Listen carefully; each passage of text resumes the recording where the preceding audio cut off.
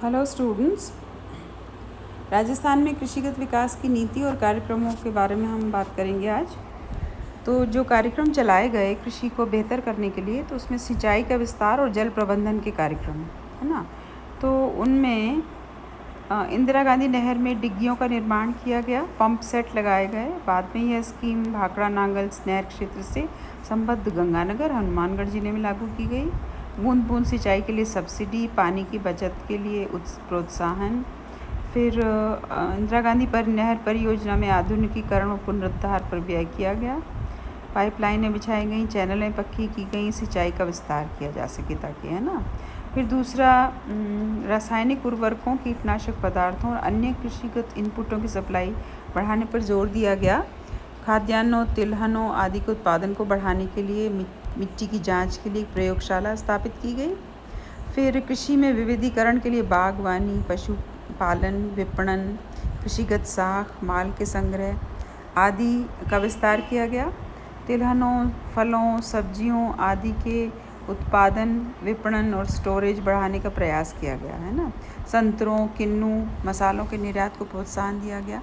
ये सब, ये देखिए, ये जो चीज़ें हैं ना, ये आप इनको देखिए, ये सब चीज़ों की वजह से जो फसलें हैं वो उनमें विविधीकरण नहीं आया, बल्कि वो तो आया ही, लेकिन व्यावसायीकरण में भी बहुत लाभ हुआ और किसानों को आर्थिक हानि से बचाया गया। फिर कृषकों के कल्याण और प्रशिक्षण पर बल दिया गया। एक किसान भवन स्थापित किया गया जयपुर में, ताकि एक छत के नीचे आवास, नई फार्मिंग विधियों, इनपुटों की सुविधा किसानों को प्रदान की जा सके। दुर्घटना का शिकार होने पर कृषकों को मौद्रिक सहायता की व्यवस्था की गई और सरकार ने कृषकों की स्थानीय समस्याओं के हल में पूरा सहयोग देने की बात की। फिर हरित क्रांति के अलावा श्वेत क्रांति दूध के लिए, नीली क्रांति पानी के लिए और भूरी क्रांति मिट्टी के लिए, और इसी तरह से पीली क्रांति गोल्डन रेवोल्यूशन, है ना। तो जो हरित क्रांति है वो उसमें उत्तम किस्म के बीज, अच्छी उपज, उर्वरक, सिंचाई के साधन, ये सब अच्छी तकनीक, है ना, इन सब की बात की गई, इनको प्रोत्साहन दिया गया और इनके लिए कार्यक्रम चलाए गए। फिर जो दूध के लिए श्वेत क्रांति आई, उसके लिए काफ़ी, अब देखिए सरस दूध, आप अपन सब सरस के प्रोडक्ट्स खरीदते हैं, वो उस श्वेत क्रांति का ही हिस्सा है ना।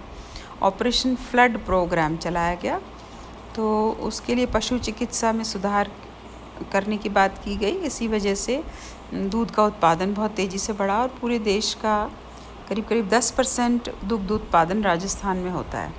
फिर तीसरी क्रांति नीली क्रांति, जो मछली उत्पादन के लिए, तो इसके लिए फिश सीड उत्पादन, भीमपुरा, चांदलोई, सिलीसेड, पाचनपुरा, कासिमपुरा, इन सब में राणा प्रताप सागर, जयसमंद, कडाना बांध, इंदिरा गांधी नहर कमांड क्षेत्र में मछली का उत्पादन बढ़ाया गया। फिर भूरी क्रांति के अंतर्गत रीजेंसी फूड प्रोडक्ट्स द्वारा टमाटर की खेती, टमाटर पेस्ट और कंसंट्रेट तैयार करने का कार्यक्रम, इसमें फूड प्रोसेसिंग है सारा का सारा। इनामी फूड, नमकीन खाद्य पदार्थ, ब्रेकफास्ट फूड आदि के लिए ये स्थापित किया गया। नाउ पीली क्रांति जो है वो दैट्स फॉर सब्जी और फलों के लिए, तो संतरे, अमरूद, अनार, किन्नू, बेर आदि, चरागाह, भूमि की नमी, इन सब पर अध्ययन करना और जल भूजल के उपयोग का अध्ययन करना, पर्यावरण की प्रकृति का अध्ययन करना, प्राकृतिक वनस्पति का अध्ययन करना और जल के श्रेष्ठ उपयोग की व्यवस्था करना।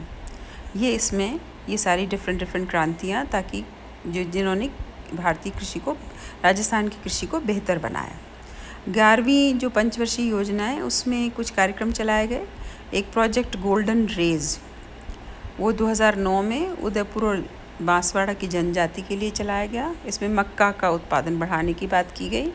फिर दूसरा, राष्ट्रीय कृषि विकास योजना, है ना, ये 29 मई 2007 को चालू की गई। इसमें कृषि में निवेश बढ़ाना, कृषिगत कार्यक्रमों को लागू करना, इसके लिए योजनाएं जिलेवार योजनाएं बनाना, प्रति हेक्टेयर उपज को बेहतर करना, कृषकों के लिए प्रतिफलों को अधिकतम करना, इत्यादि योजनाएं कार्यक्रम चलाए गए। इसके अलावा लघु सिंचाई, बागवानी, फलोद्यान, डेयरी विकास, फलों के उत्पादन, पशुपालन, अनुसंधान, सहकारिताओं, मछली पालन, इनके लिए भी कोष स्वीकृत किए गए। अब 11वीं योजना के जो राष्ट्रीय कृषि विकास कार्यक्रम योजना जो चलाई गई, उसमें जलवायु की दशाओं, प्राकृतिक साधनों, प्रौद्योगिकी को ध्यान में रखते हुए कार्यक्रम बनाए गए। फिर इसमें जल प्रबंधन में सुधार हुआ, है ना। छोटे ताल तलाई, कोटा, बूंदी, करौली, बारां, सवाई माधोपुर, झालावाड़, यहाँ पर छोटे ताल तलैया बनाए गए। मिट्टी की जांच के लिए नई प्रयोगशाला और जैतून की खेती इत्यादि को बल दिया गया।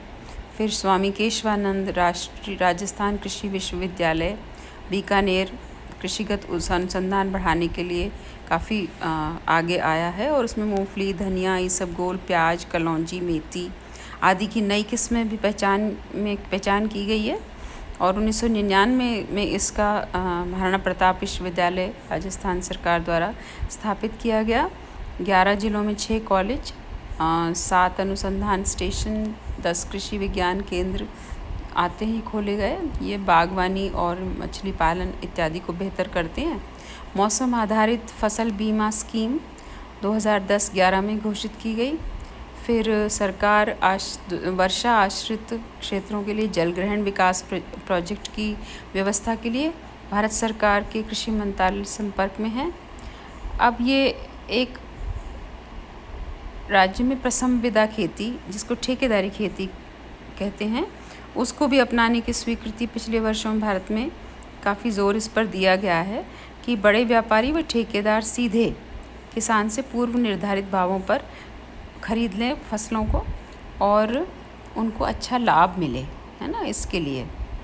फिर देखिए 12वीं योजना 2012 से 17 में राज्य में कृषिगत विकास के लिए कुछ सुझाव दिए गए कि सरकार को जल के अभाव की स्थिति में स्प्रिंकलर सिंचाई और बूंद बूंद सिंचाई पर बहुत जोर देना चाहिए। इसके अलावा राज्य को पंचवर्षीय योजनाओं में 10वीं योजना के कुल व्यय का 6% अंश कृषि के लिए रखा गया था, जो 11वीं योजना में सिर्फ 3.2% ही रहा, है ना। राज्य में सीमांत लघु कृषकों को कृषिगत उत्पादन बढ़ाने के लिए विशेष सहायता दी जानी चाहिए, ये कहा गया। 2015-16 के बजट में कृषि विकास के लिए कुछ कार्यक्रम और रखे गए। इस प्रकार से ये कृषि पर जो